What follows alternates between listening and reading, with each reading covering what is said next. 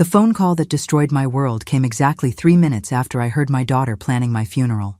Sarah's voice was honey-sweet through the receiver, but her words hit me like ice water. "Mom, we're so excited about your surprise party this weekend," she chirped, while just minutes earlier, I'd heard her telling her husband David, "Once Mom's gone, we can finally renovate this dump of a house and sell it for what it's really worth." Quick question. Where are you watching from? Drop your city in the comments and subscribe. Ready for an amazing story? Let's begin. 3 years ago, I lost my hearing in a car accident that should have killed me. The doctors said it was permanent, nerve damage so severe that even hearing aids couldn't help. I learned to read lips, communicate through writing, and navigate a silent world that felt like living underwater. 2 weeks ago, Dr. Harrison called with what he termed a medical miracle. An experimental procedure had worked beyond anyone's expectations.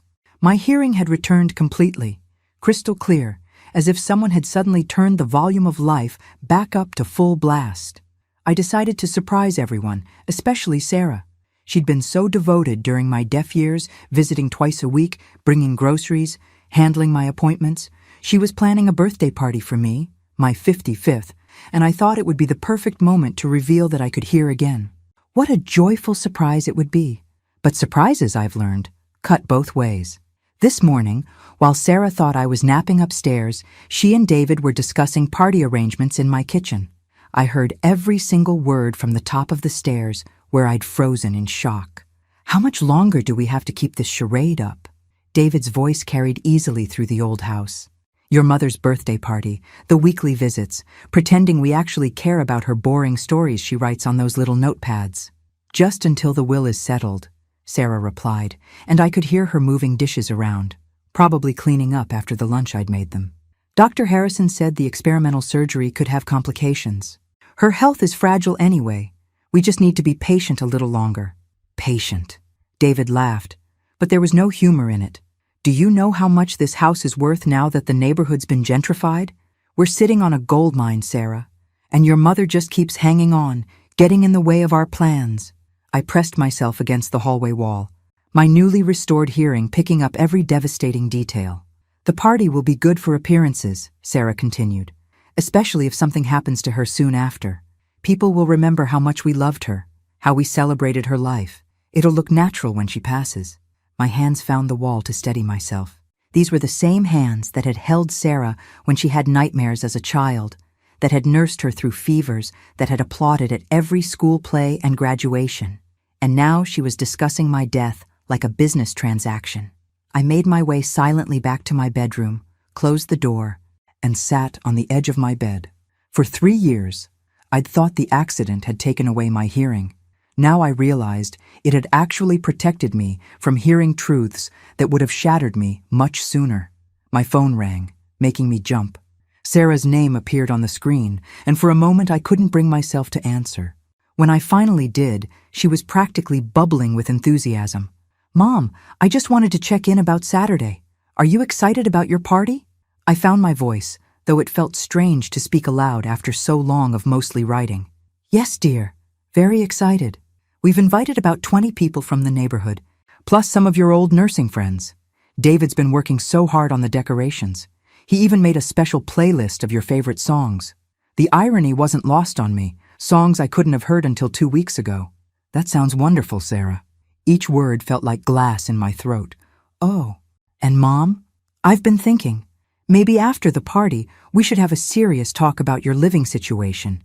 This house is getting to be too much for you to maintain, and David and I have been researching some lovely assisted living facilities." There it was, the beginning of the end they'd been planning. "We'll see, dear," I managed. After hanging up, I sat in my bedroom for a long time, listening to the sounds of my house, sounds I hadn't heard in 3 years. The grandfather clock in the hallway ticking steadily, the refrigerator humming in the kitchen, the floorboards creaking as Sarah and David moved around downstairs, probably continuing their conversation about my future. I'd spent 3 years learning to live without sound, adapting to a different world. Now I had to learn something even harder, how to live, knowing that the people I loved most were counting the days until I died. But they'd made one crucial mistake in their planning. They assumed I was still the helpless, deaf woman who needed their care and guidance. They had no idea that Margaret Thompson could hear again. And now that I could hear, I was going to listen very carefully to everything they thought I couldn't understand. The next morning brought fresh horrors delivered through my apparently perfect hearing. I was in my garden, deadheading the roses that Sarah always complimented, when I heard her on the phone with someone through the open kitchen window. "No, Mother can't hear anything," she was saying, her voice casual as if discussing the weather. "The accident completely destroyed her hearing. She has no idea what we're planning." I knelt behind the rose bushes, my gardening gloves suddenly feeling too tight. "Yes, I'm certain. She reads lips sometimes, but she can't hear conversations from other rooms or when people turn away from her. It's actually been quite convenient." Convenient. My deafness had been convenient for my daughter. "The party is this Saturday. Dr. Harrison said the experimental surgery could have delayed complications, infection, brain swelling, even stroke. If something were to happen right after such a joyful celebration, well, it would seem natural, wouldn't it? An elderly woman's body finally giving out after fighting so hard." I felt bile rise in my throat. They weren't just waiting for me to die naturally. They were planning to help the process along. David's been researching things online. Medications that could cause complications when mixed with her current prescriptions. Nothing traceable, nothing suspicious. Just a loving daughter trying to help her mother manage her many pills. Through the leaves, I could see Sarah pacing in my kitchen, where I'd taught her to make cookies when she was 7. The house alone is worth $800,000 now, plus her life insurance, her savings account, the antique furniture. We're looking at over $1 million, maybe more. And David's been unemployed for 6 months. Though Mother doesn't know that. She still thinks he's working at the architecture firm. No wonder they'd been visiting so often lately. No wonder David had been so interested in my financial papers, offering to help organize my important documents. I have to be smart about this. If she changes her will or gets suspicious, we lose everything. But she trusts me completely. Poor little deaf Margaret, so dependent on her devoted daughter. The cruelest part was the baby voice Sarah used when she said my name, as if I were a confused child instead of the woman who'd raised her alone after her father died. After she hung up, I stayed hidden in the garden for another hour, my mind racing. Every kind gesture from the past 3 years suddenly looked different through this new lens. Sarah's insistence on managing my prescription medications. David's helpful suggestions about updating my will. Their gentle but persistent questions about my health, my energy levels, my memory. They'd been studying me like a laboratory rat, waiting for signs of decline they could exploit. That afternoon, when Sarah came for her usual visit, I watched her with new eyes. She hugged me at the door, the same warm embrace she'd given me hundreds of times since my accident. But now I noticed how quickly she scanned my face, looking for signs of illness or confusion. "How are you feeling today, Mom?" she asked, settling into the kitchen chair where she always sat during our visits. "Oh, I replied, keeping my voice at the same volume I'd used when I was truly deaf. "Some days are better than others." Sarah's eyes lit up with something I now recognized as hope. "Are you having more headaches? You mentioned them last week." I hadn't mentioned headaches. She was fishing, hoping I'd report symptoms that might indicate the experimental surgery was failing. "A few," I lied, watching her reaction carefully. "Maybe we should call Dr. Harrison. Sometimes these experimental procedures have delayed side effects." Her concern sounded so genuine that for a moment I almost forgot what I'd overheard. "I'm sure it's nothing serious," I said. Sarah frowned slightly. "Mom, we can't be too careful. Your health is so important to David and me. We couldn't bear to lose you." The performance was flawless. If I hadn't heard her true feelings through the kitchen window, I would have been completely convinced of her love and concern. "You're such a good daughter," I told her, the words tasting like poison. She beamed at the compliment. "I just want what's best for you. Speaking of which, I've been thinking more about those assisted living places we discussed. Maybe after your party we could visit a few? I found one that looks perfect. They have a memory care unit too, just in case you ever need that level of support." Memory care. For a woman whose only problem was supposedly her hearing. "That sounds nice, dear," I said, playing along. "You always know what's best." After Sarah left, I sat alone in my silent house, silent by choice this time, not because I had to be. I needed to think clearly about what I'd learned and what I was going to do about it. The old Margaret, the deaf Margaret, would have been helpless against this plot. She would have trusted her daughter completely, taken the medications Sarah offered, signed whatever papers David suggested. She would have died, never knowing that the people she loved most had killed her for money. But I wasn't that Margaret anymore. My hearing had given me more than just the ability to perceive sound. It had given me the power to protect myself. I picked up my phone and did something I hadn't done in 3 years. I called my lawyer directly, without asking Sarah to help me make the appointment. "Margaret!" Henry Walsh's voice was warm and familiar. "I heard about your experimental surgery. How wonderful that it worked. Henry, I need to see you tomorrow, privately, and I need you to keep this meeting completely confidential." There was a pause. "Is everything all right?" "No," I said, surprised by the steadiness in my own voice. "Everything is very wrong, but I have a plan to make it right." The meeting with Henry Walsh opened my eyes to just how thoroughly Sarah and David had been planning my demise. Sitting in his office the next morning, I felt like I was learning about a stranger's life, my own. "Margaret, I have to tell you something troubling," Henry said after I'd explained what I'd overheard. "Sarah came to see me 3 weeks ago. She was asking very specific questions about your will, about the process when you pass away, about how quickly assets could be transferred." My stomach clenched. "What kind of questions?" "She wanted to know about probate timelines, whether there were ways to expedite the process. She seemed particularly interested in ensuring that David would have immediate access to your checking accounts for expenses related to your funeral arrangements." Henry's expression was grim. "At the time, I thought she was just being prepared, maybe worried about your health after the surgery. But now you think differently. Combined with what you've told me, yes.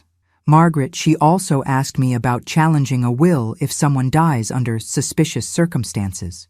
She wanted to know if the will would still be valid if there were questions about your mental state at the time of death." The room felt suddenly cold. "My mental state?" "She mentioned concerns about your memory, your decision-making ability. She suggested that the hearing loss might have caused some cognitive decline." Henry leaned forward. "Margaret, has your daughter ever suggested that you might be developing dementia?" I thought back over the past months.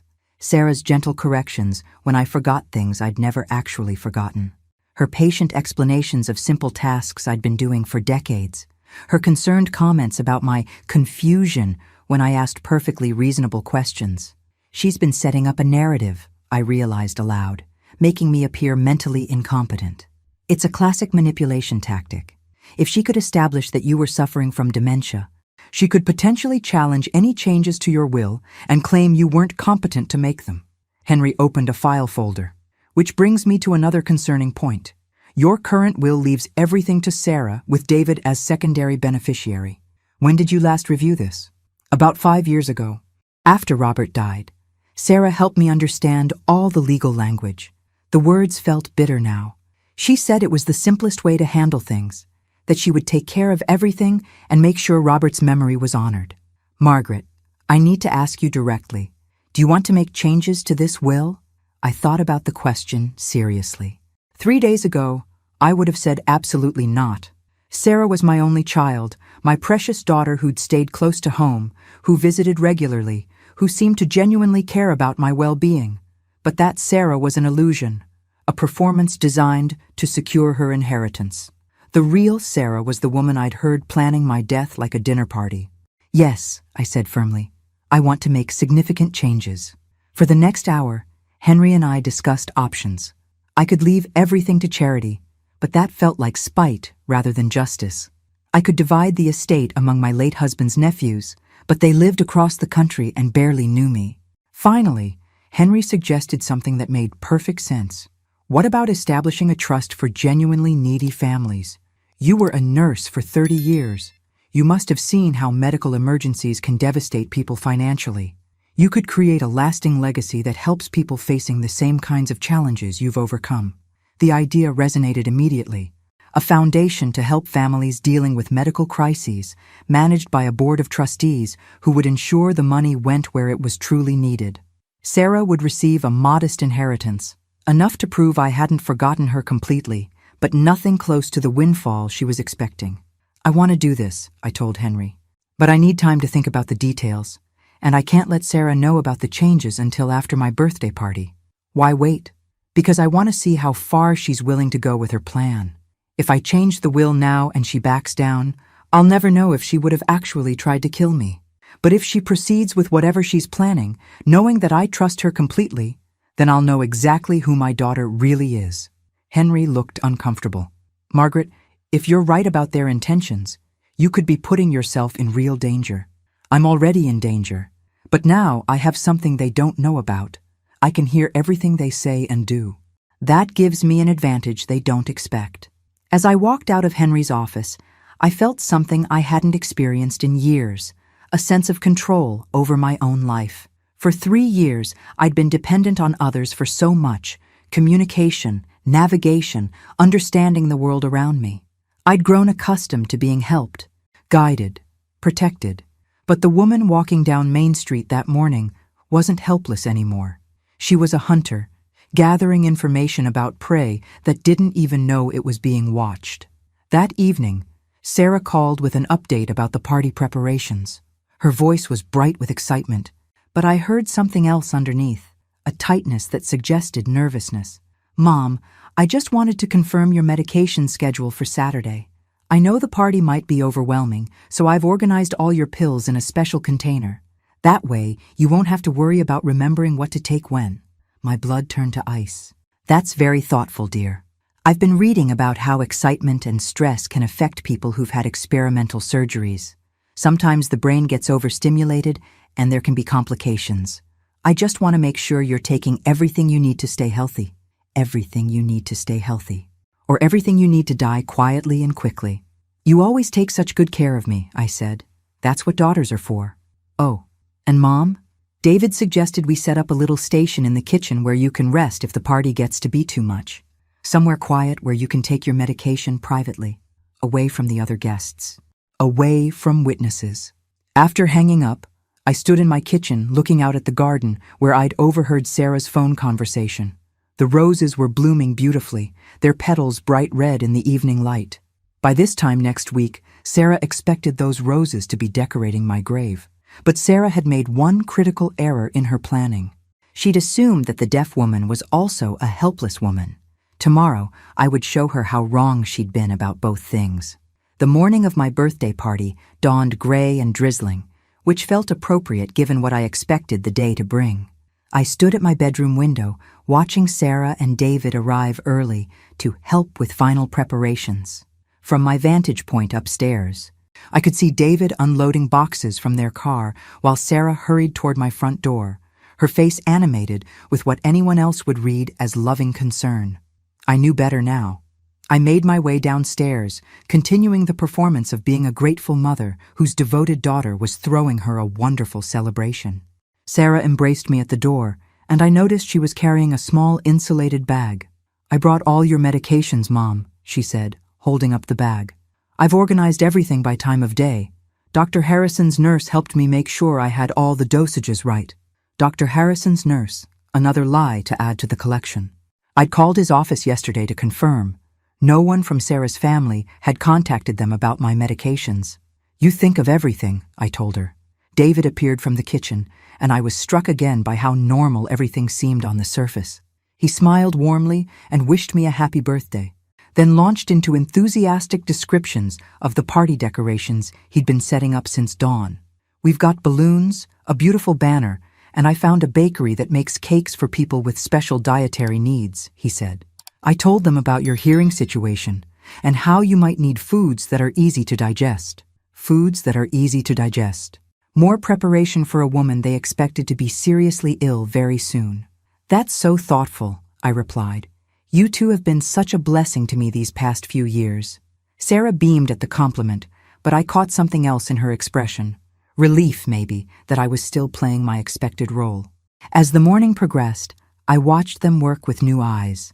Every gesture looked different when viewed through the lens of what I knew. Sarah's careful arrangement of my medications on the kitchen counter. David's insistence on testing all the chairs to make sure I had the most comfortable spot, a chair positioned away from the other guests. where I could be monitored closely, their repeated suggestions that I should rest upstairs if I felt tired. Around noon, the first guests began arriving. My old colleagues from the hospital, neighbors I'd known for decades, a few distant relatives who still remembered to send Christmas cards. As I greeted each person, I felt a strange disconnect. They were celebrating my birthday while my daughter was planning my death. "Margaret, you look wonderful," exclaimed Janet Mills, my former supervisor from the cardiac unit. "That experimental surgery was clearly a success. Are you feeling well?" "Some days are better than others," I replied, using the same phrase I'd given Sarah earlier in the week. "But I'm grateful for every moment." Sarah appeared at my elbow immediately. "Mom tends to get tired easily now," she explained to Janet. "The surgery was successful, but recovery has been challenging." Janet, who'd known me for 15 years as a strong, competent nurse, looked puzzled. "Really? She seems quite energetic to me." "She's good at hiding it," Sarah said with a sad smile. "But Dr. Harrison warned us that patients sometimes push themselves too hard after experimental procedures. We have to watch her carefully." I watched Janet's expression shift from confusion to concern. Sarah was managing the narrative in real time, ensuring that everyone at my party would remember me as a frail woman who was declining rapidly despite her daughter's devoted care. As the afternoon wore on, Sarah made several attempts to get me to take various pills from her carefully organized collection. Each time, I deflected with requests for food or drink first, claiming I couldn't take medications on an empty stomach. I could see her growing slightly frustrated with my delays, but she couldn't push too hard without seeming unnatural. Around 4 o'clock, when most of the guests were gathered in the living room sharing stories and looking at old photo albums, Sarah approached with what she called my evening medications. "These are the important ones, Mom," she said, holding out 2 pills and a glass of water. "Dr. Harrison specifically said you needed to take them at exactly this time." I looked at the pills in her palm. They looked different from my usual medications. One was larger and a different color. The other was a capsule I'd never seen before. "What are these for again?" I asked. "The white one is for your blood pressure, and the capsule is a new supplement Dr. Harrison prescribed for brain health after experimental surgery." Her voice was patient, but I caught the slight tightness around her eyes. Brain health. How convenient that these mysterious new pills were supposed to help the very organ that would be blamed for my sudden death. "I think I should eat something first," I said. "Could you get me a small plate from the kitchen?" Sarah's jaw tightened almost imperceptibly. "Mom, you really need to take these now. The timing is important for your recovery."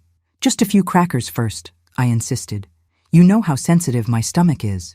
For a moment, I thought Sarah might refuse, might insist I take the pills immediately regardless of my stomach concerns. But David appeared beside her, having overheard our conversation.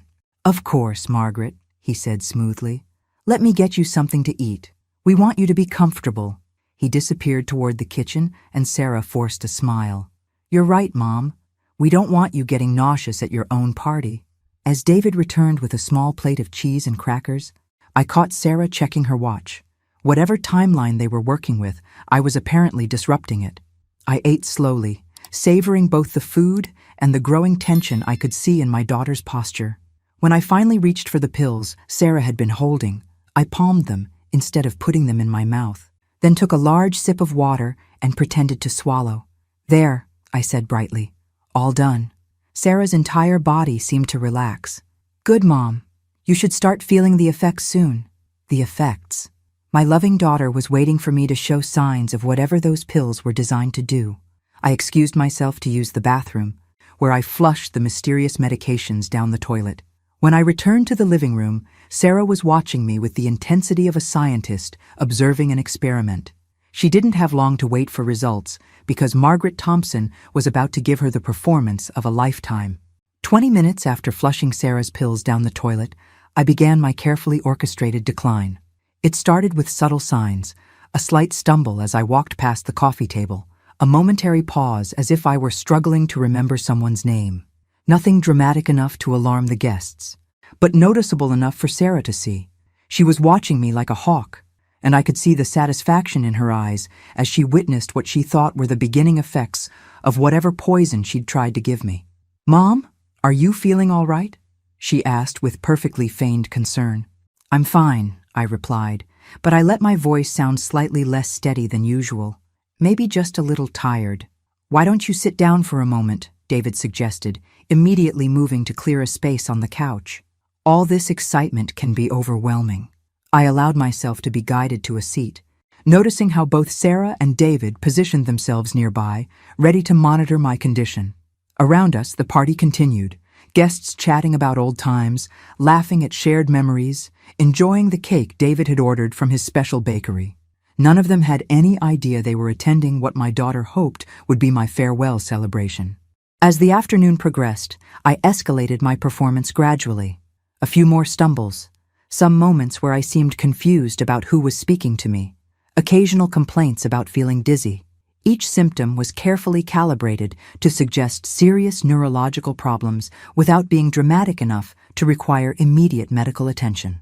Sarah played her role perfectly, the concerned daughter hovering near her declining mother. She suggested I might want to rest in the quiet kitchen, away from the stimulation of the party. She offered to help me upstairs to my bedroom. She repeatedly asked if I needed anything, her voice dripping with what sounded like genuine worry. But I could see the anticipation beneath her performance. She was waiting for my condition to worsen, for the moment when she would need to call an ambulance and begin the tragic narrative of her mother's sudden decline. Around 6 o'clock, as the last guests were preparing to leave, I decided it was time for the climax of my performance. I don't feel very well, I announced, letting my voice carry just enough to be heard by the remaining visitors. I think I need to lie down. Immediately, Sarah was at my side. Oh no, Mom, what's wrong? I'm dizzy, I said, swaying slightly, and my chest feels tight. A look passed between Sarah and David, quick, but I caught it. This was what they'd been waiting for. Let me help you upstairs, Sarah said. You probably just need some rest. Maybe we should call Dr. Harrison, suggested Mrs. Patterson from next door, who was putting on her coat. Those symptoms sound concerning. I'm sure it's nothing serious, David said quickly. Margaret just gets overwhelmed easily these days. A quiet evening should help. But Mrs. Patterson, who'd been a nurse before retirement, wasn't satisfied. Chest tightness and dizziness can be serious in someone Margaret's age, especially after experimental surgery. I could see panic beginning to creep into Sarah's expression. Her plan required me to deteriorate gradually, privately, where she could control the narrative. Having knowledgeable neighbors suggest immediate medical attention wasn't part of the script. Really, I just need to rest, I said, though I continued to sway as if struggling to maintain my balance. At least let me take your blood pressure, Mrs. Patterson offered. I keep a monitor in my purse. That's not necessary, Sarah said a bit too sharply. Then, catching herself, she softened her tone. I mean, we don't want to make a big fuss over nothing. Mom just needs some quiet time. But Mrs.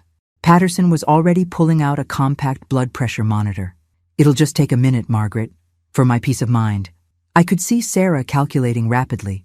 Refusing would look suspicious, but allowing the test might reveal that my vital signs were completely normal, undermining her story about my declining health. Of course, I said, extending my arm. Thank you for caring. As Mrs. Patterson wrapped the cuff around my arm, I caught Sarah's eye. For just a moment, her mask slipped completely, and I saw pure rage flash across her face. Then it was gone, replaced by the concerned daughter expression she'd perfected over 3 years. The blood pressure monitor beeped softly as it completed its reading. Mrs. Patterson frowned at the display. That's strange, she said. Your blood pressure is completely normal. Actually, it's excellent for someone your age. Maybe the dizziness is just from all the excitement, I suggested weakly. But Mrs. Patterson wasn't convinced. Margaret, when did you last eat? Sometimes blood sugar fluctuations can cause these symptoms. I've been nibbling all afternoon, I replied truthfully. Mrs. Patterson looked thoughtful. Have you taken any new medications recently? The question hung in the air like a bomb waiting to explode. Sarah's face went completely white. Just her usual prescriptions, Sarah said quickly. Nothing new. Actually, I said slowly, Sarah gave me some different pills this afternoon. She said Dr. Harrison prescribed them for brain health. Mrs. Patterson turned to Sarah with interest. What medications were those? Just supplements, Sarah stammered. Nothing prescription. What kind of supplements? Some herbal remedies can interact with blood pressure medications and cause exactly the symptoms Margaret is experiencing. I watched Sarah struggle to respond. She couldn't provide details about medications that didn't actually exist, but she also couldn't admit she'd lied about Dr. Harrison prescribing them. "I don't remember the exact names," Sarah said finally. "I threw away the bottles after giving her the doses." Mrs. Patterson's frown deepened. "You threw away supplement bottles without keeping the labels? That's not safe practice, especially for someone with Margaret's medical history." The last few guests were watching now, sensing that something was wrong with this conversation. Sarah was trapped between her lies and an increasingly suspicious retired nurse who knew exactly what questions to ask. That's when I decided it was time to end my performance and begin the real show. "You know what?" I said, straightening up and dropping the dizzy act completely. "I'm feeling much better now. Must have just been all the excitement." The transformation was so sudden and complete that everyone in the room noticed.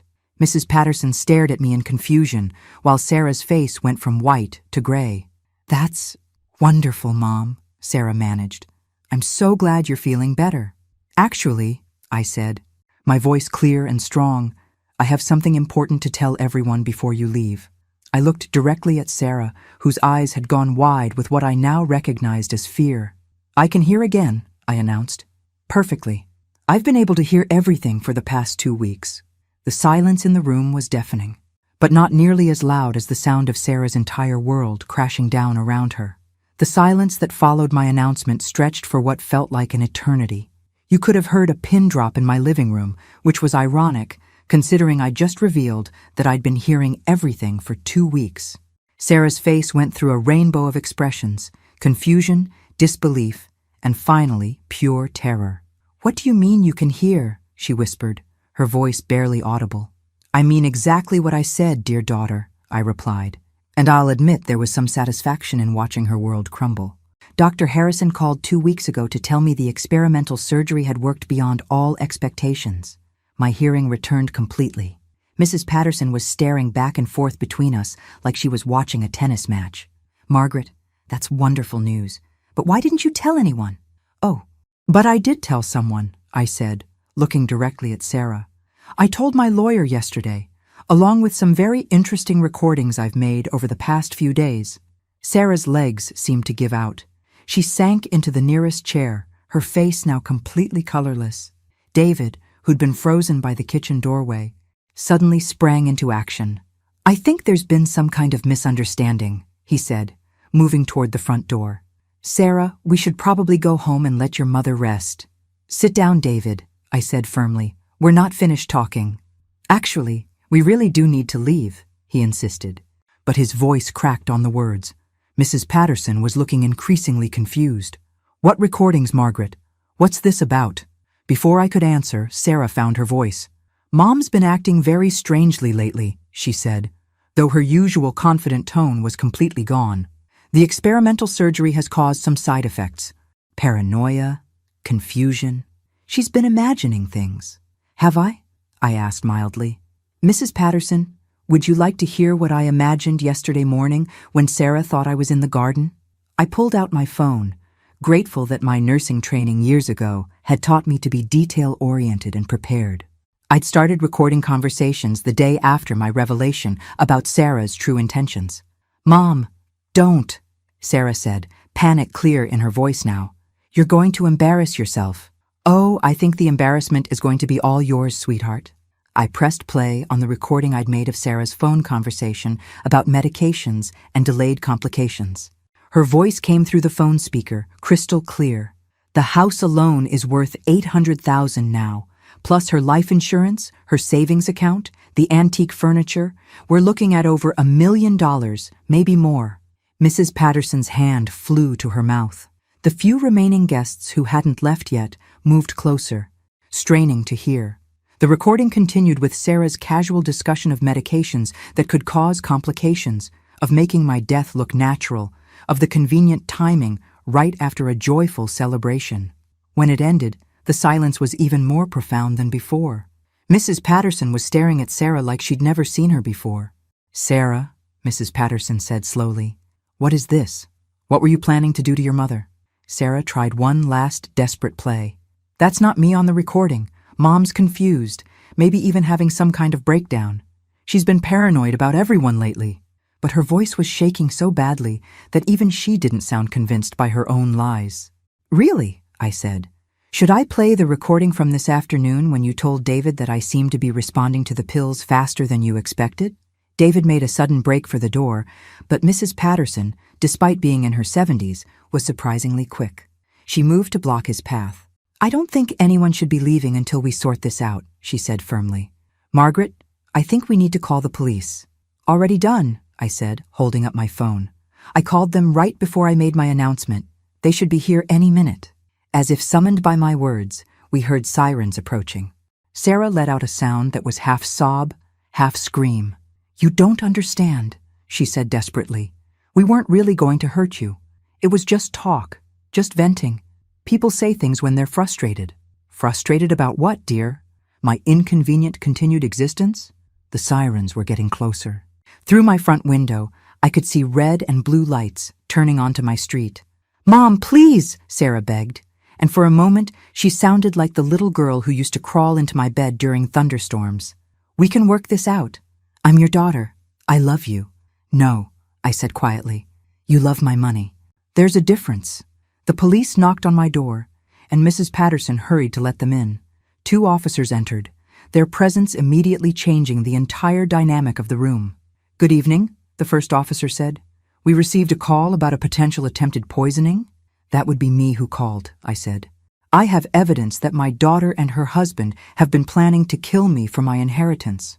Sarah started crying then, great heaving sobs that might have moved me a week ago. But I'd heard too much, learned too much about who she really was. Ma'am, we'll need to hear the details, the second officer said, pulling out a notepad. Of course, but first you might want to test these. I reached into my pocket and pulled out a small plastic bag containing the pills Sarah had tried to give me earlier. I palmed these instead of taking them. I'd be very curious to know what's in them. David, who'd been silent since the police arrived, suddenly found his voice. This is insane. Margaret is having some kind of psychotic episode. Those are just over-the-counter supplements. Then you won't mind if we test them, the first officer said mildly. That's when David made his second attempt to leave, pushing past Mrs. Patterson and heading for the back door. This time he made it outside, but not far. I heard shouting from my backyard, then silence. Well, I said to the room in general, I suppose that answers the question about David's guilt. The next few hours were a blur of police interviews, evidence collection, and phone calls. Sarah was read her rights and taken away in handcuffs, still crying and protesting her innocence. David was brought back from my neighbor's yard, where he'd apparently tried to climb their fence and failed spectacularly.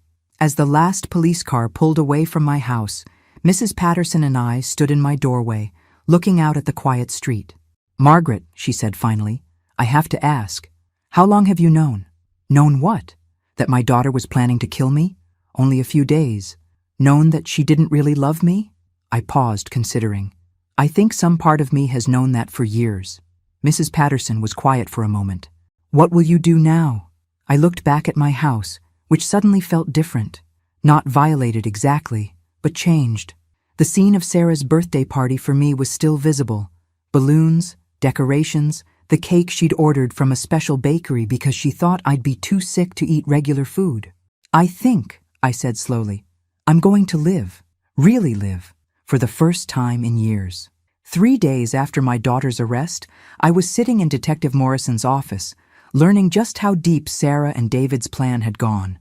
The manila folder on his desk was thick with evidence, phone records, internet searches, financial documents that painted a picture of desperation and calculated murder.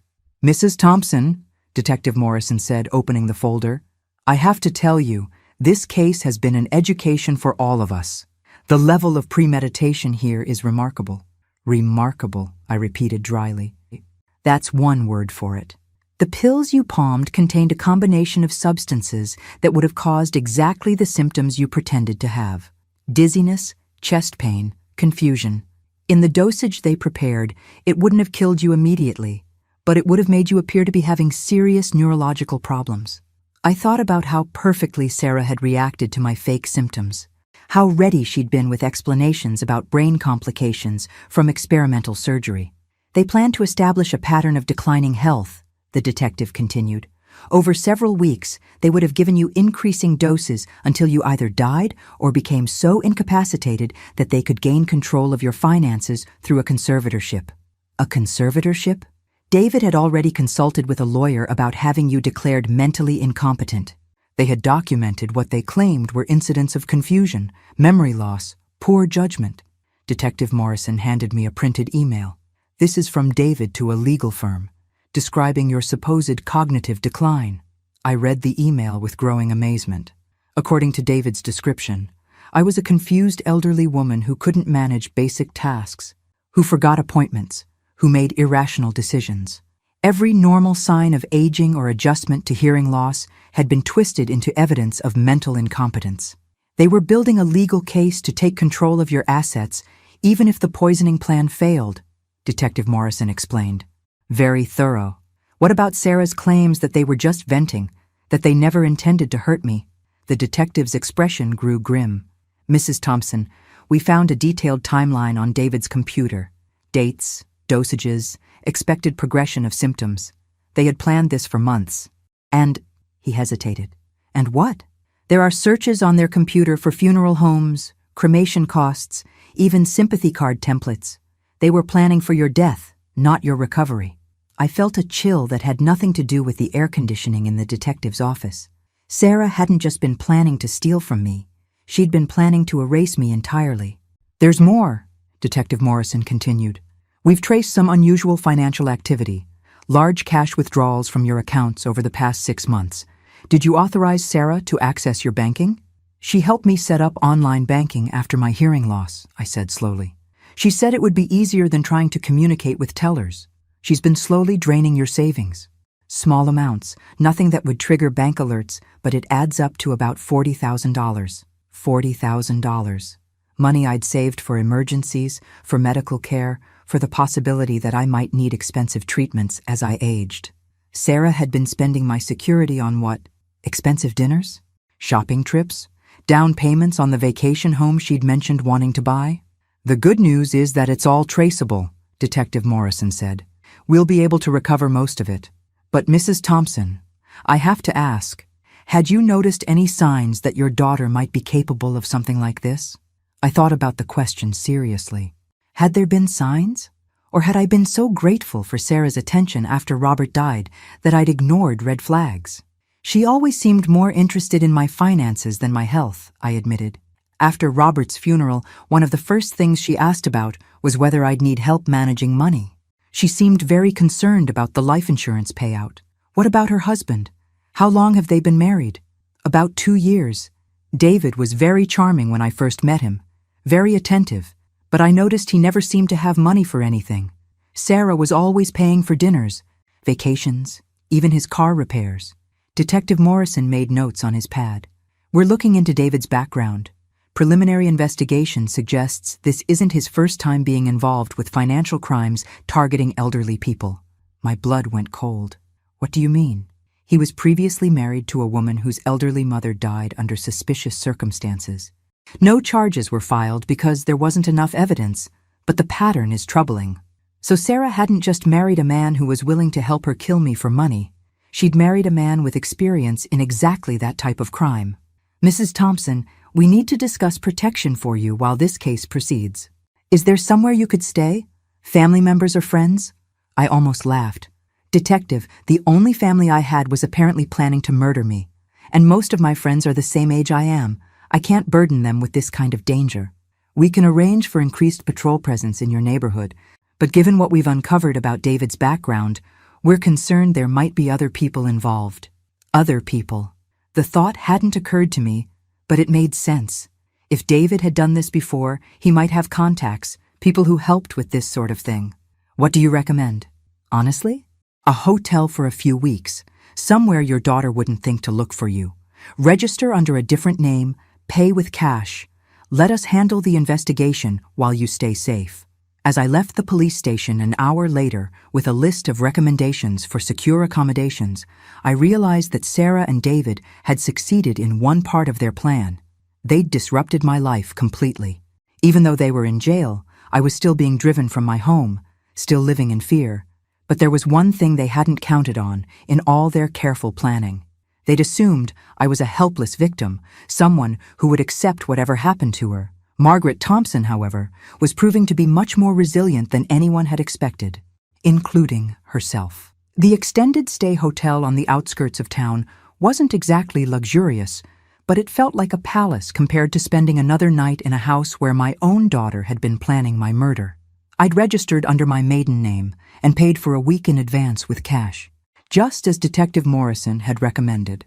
Sitting on the generic beige comforter, surrounded by my hastily packed belongings, I finally allowed myself to feel the full weight of what had happened.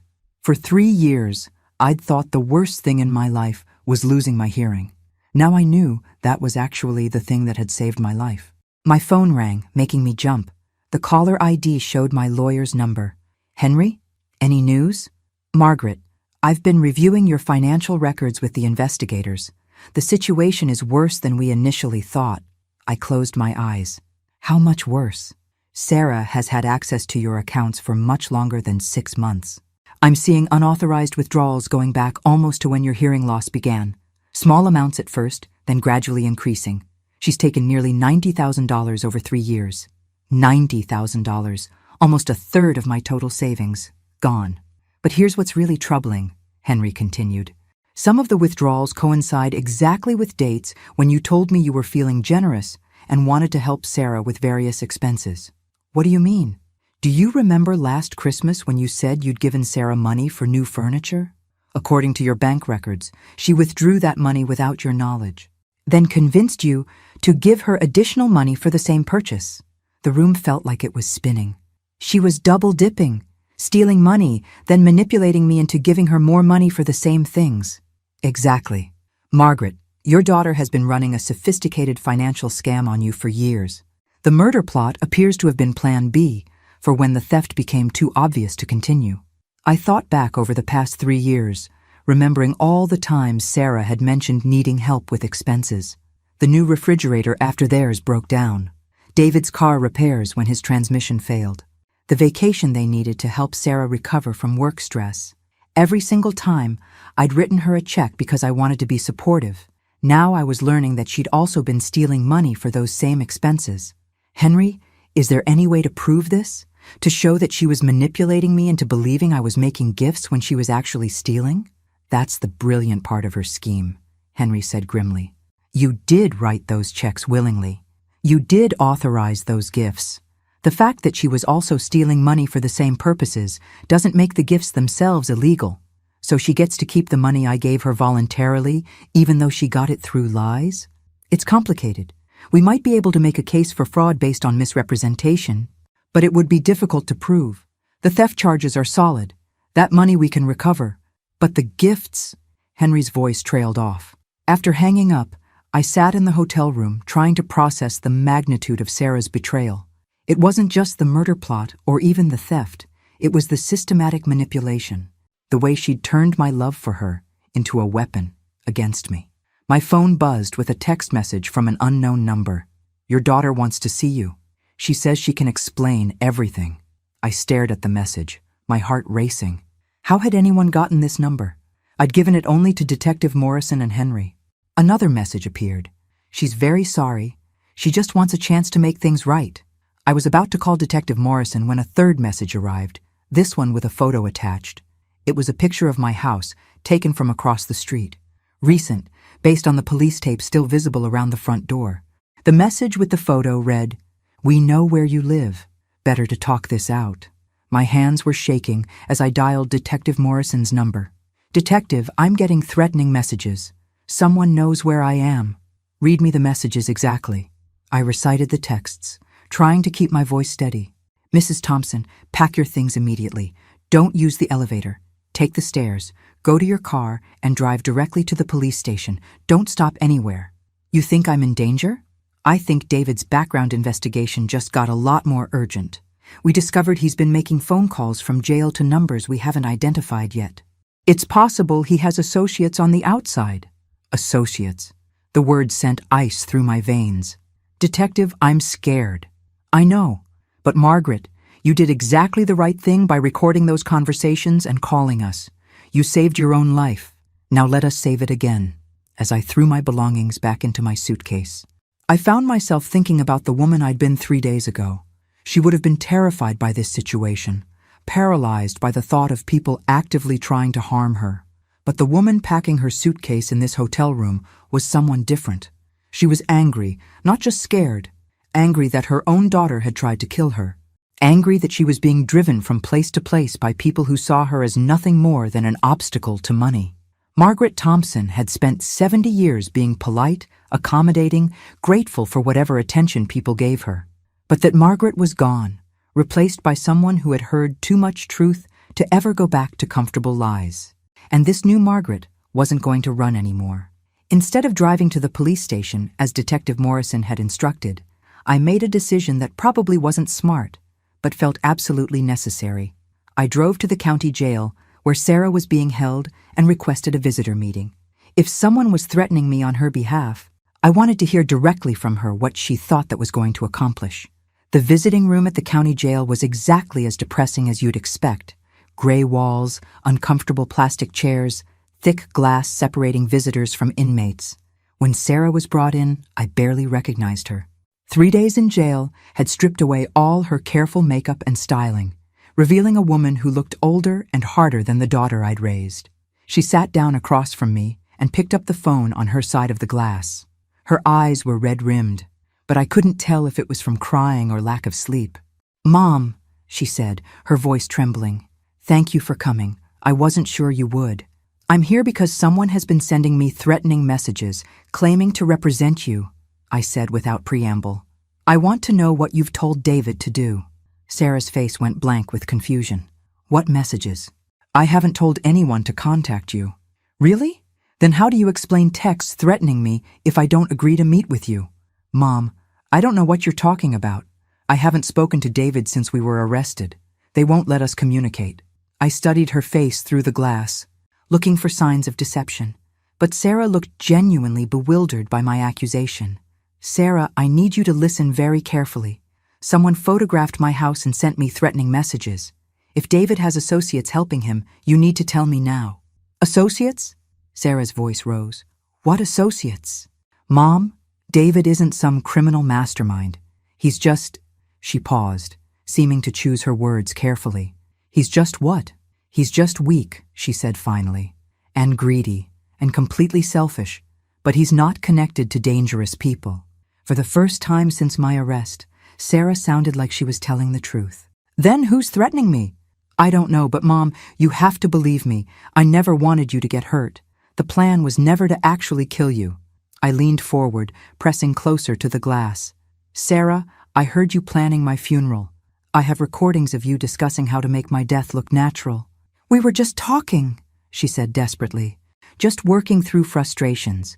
David has these gambling debts, and we were so stressed about money, and it was just fantasy, just venting." "Gambling debts?"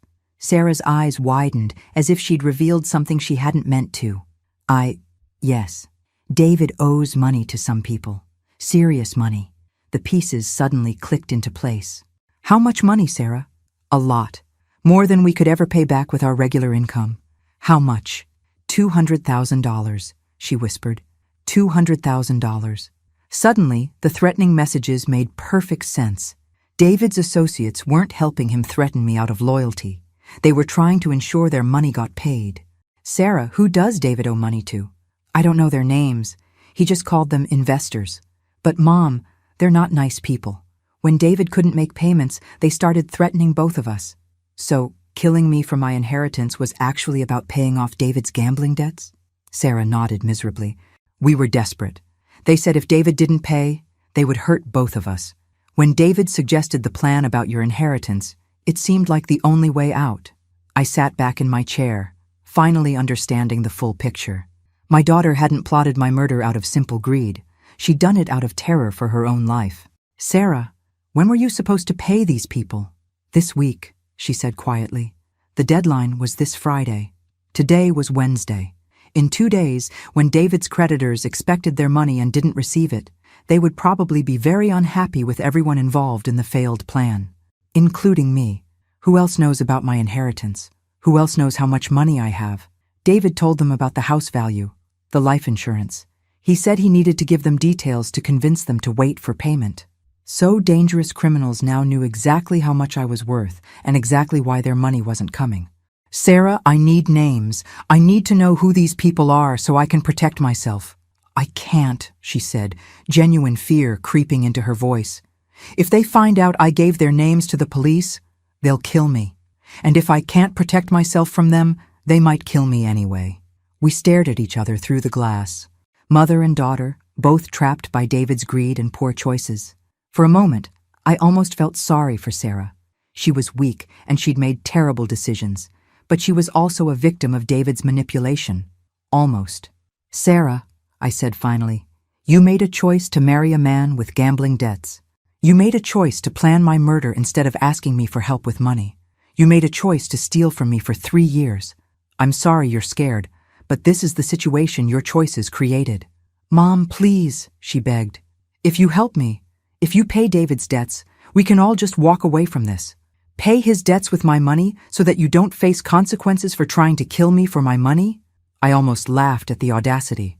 Sarah, even if I wanted to help you, I wouldn't negotiate with criminals who are threatening my life. Then what are you going to do? I stood up from my chair. I'm going to survive this, just like I survived your murder plot. As I walked away from the visiting room, I could hear Sarah calling after me through the glass. But I didn't turn around. She'd made her choices, and now I had to make mine. The first choice was simple. I was done running. By the time I walked out of the county jail, I'd made a decision that would have shocked the old Margaret Thompson. Instead of running to the police for protection, I was going to solve this problem myself, but not in the way Sarah and David would expect. I drove straight to the bank and requested a meeting with the manager.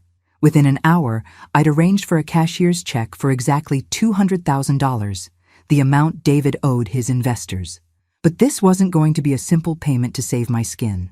This was going to be a trap. I called Detective Morrison from the bank parking lot. Mrs. Thompson, where are you? You were supposed to come directly to the station. I went to see Sarah first. Detective, we have a bigger problem than we realized. David owes gambling debts to dangerous people, and they expect payment by Friday. I explained what I'd learned from Sarah, watching Detective Morrison's expression grow more serious with each detail. So the murder plot was about paying off criminals, he said. That changes things significantly. It also gives us an opportunity, I said. They want money. I have money. What if we give them exactly what they want? Mrs. Thompson, we can't use you as bait. It's too dangerous. Detective, I'm a 70-year-old woman whose daughter tried to poison her for inheritance money. I think I've earned the right to decide what risks I'm willing to take. For the next 2 hours, we developed a plan that was either brilliant or completely insane. I would contact David's creditors and offer to pay his debts in exchange for being left alone. But the meeting would be heavily surveilled by police, and the money I brought would be marked bills that could be tracked. The goal is to identify these criminals and gather evidence of their threats, Detective Morrison explained. Once we have that, we can arrest them for extortion and eliminate the threat to you permanently. And if they decide to just take the money and kill me anyway, that's why we'll have a dozen officers positioned around the meeting location. Mrs. Thompson, I have to ask one more time. Are you absolutely certain you want to do this? I thought about the question seriously. The old Margaret would have been terrified, would have preferred to hide and hope the problem went away.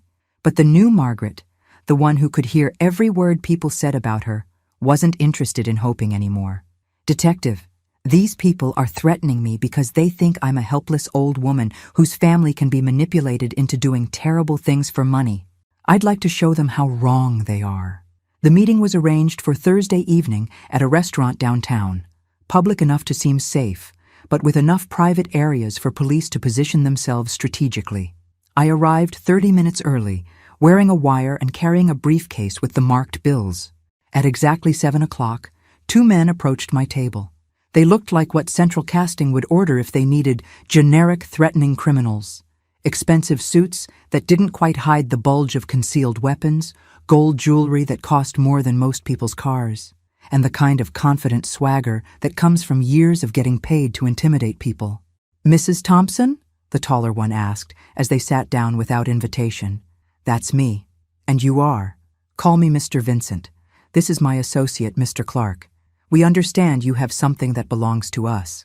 I have money that David owes you. Whether it belongs to you depends on your perspective, Mr. Vincent smiled, but there was no warmth in it. "We like to think of debts as property, Mrs. Thompson. Your son-in-law took our property when he gambled with money he couldn't afford to lose. And now you think you can terrorize an elderly woman to collect it? We think we can use whatever methods work," Mr. Clark said. "Your daughter and her husband had a plan to solve this problem. When their plan failed, the debt became your responsibility." "Interesting logic," I said. "But I'm here, which means I'm willing to discuss terms." Mr. Vincent leaned forward. "Terms are simple. You pay David's debt plus interest. Call it $250 total, and we forget the Thompson family exists. And if I refuse?" "Mrs. Thompson," Mr. Vincent said conversationally, "your house is very isolated. Your neighborhood is quiet. Accidents happen to elderly people all the time, especially ones living alone." That was exactly what Detective Morrison had hoped they would say. A clear verbal threat that would be captured on my wire. "Well," I said, "when you put it that way, how can I refuse?" I opened my briefcase and showed them the cashier's check. $250,000 as requested. Mr. Vincent reached for the check, but I pulled it back. "Before we complete this transaction, I have a question. How did you know about my inheritance? How did you know I could afford to pay David's debts? Your son-in-law was very detailed about your assets when he was asking for more time to pay," Mr. Clark said. "Nice house, good life insurance policy, substantial savings." He painted quite a picture. "So, when David and Sarah were planning to kill me, they were actually planning to kill me for you." Both men went very still. "That's a serious accusation, Mrs. Thompson." "It's also the truth. David told you about my money, and when he couldn't pay, you threatened him and Sarah until they agreed to murder me for the inheritance." "We don't know anything about murder plans," Mr. Vincent said carefully. "We just collect debts." "Really? Because my daughter is in jail right now for conspiracy to commit murder, and she's been very talkative about who pressured them into that plan." The two men exchanged glances. I could see them calculating, trying to figure out how much trouble they were in. "Mrs. Thompson," Mr. Vincent said slowly, "perhaps we should discuss a different arrangement." "No need," I said brightly. "I think our current arrangement is perfect." That's when Detective Morrison and 6 other officers emerged from their hiding spots around the restaurant, weapons drawn. "Police! Nobody move!" The next few minutes were controlled chaos as Mr. Vincent and Mr. Clark were arrested, searched, and read their rights. The marked money was confiscated as evidence, and the recordings from my wire were secured. As I watched them being led away in handcuffs, Detective Morrison sat down across from me. "Mrs. Thompson, that was either very brave or very stupid." "Probably both," I admitted. "But Detective, for the first time in 3 years, I feel like I have control over my own life. What are you going to do now?" I thought about the question. My daughter was in jail. My house felt contaminated by memories of betrayal. Most of my savings had been stolen or spent on this elaborate trap. But I was alive. I could hear every word people said around me, and I had learned something valuable about my own strength. "I think," I said, "I'm going to start over. Completely." 6 months later, I was living in a small coastal town 300 miles away from the site of my daughter's betrayal. I'd sold the house that held so many painful memories and used the money to buy a little cottage near the beach. Sarah had been sentenced to 3 years in prison. David got 5 years.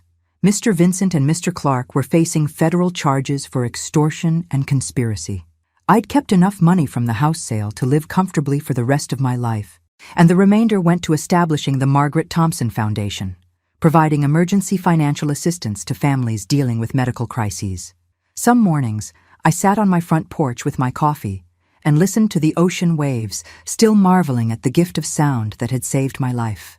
The experimental surgery hadn't just restored my hearing, it had restored my ability to protect myself. Sarah wrote me letters from prison occasionally, always asking for forgiveness, always insisting she'd been a victim of circumstances. I read them carefully, listening for any sign of genuine remorse or understanding of what she'd done. I was still waiting to hear it, but that was Sarah's journey to make, not mine.